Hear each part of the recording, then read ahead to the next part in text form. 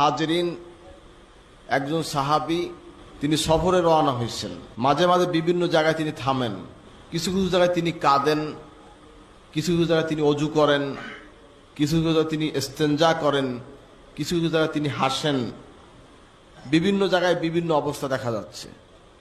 আর তার সঙ্গী সাথী তাবিন তারা জিজ্ঞাসা করে, হুজুর আপনি, সে সাহাবীকে জিজ্ঞাসা করতেছে, হুজুর আপনি বিভিন্ন জায়গায় হাসেন, আবার মাঝে মাঝে দুই এক জায়গায় কাঁদেন, আবার মাঝে মাঝে কিছু স্থানে আপনি অজু করেন, আবার কিছু স্থানে আপনি নামাজ পড়েন, কি বিষয়টা কি? তিনি বললেন যে নবী সাল্লাল্লাহু আলাইহি ওয়াসাল্লাম যেখানে বসে হেসেছেন আমি সেখানে একটু হাসলাম, আমি হেসেছি।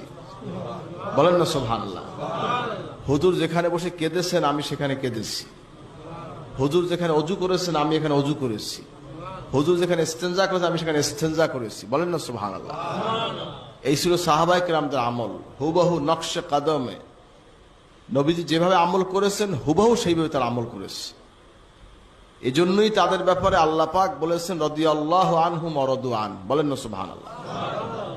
তারা আল্লাহর উপরে রাজি, আল্লাহও তাদের উপরে রাজি। বলেন না সুবহানাল্লাহ।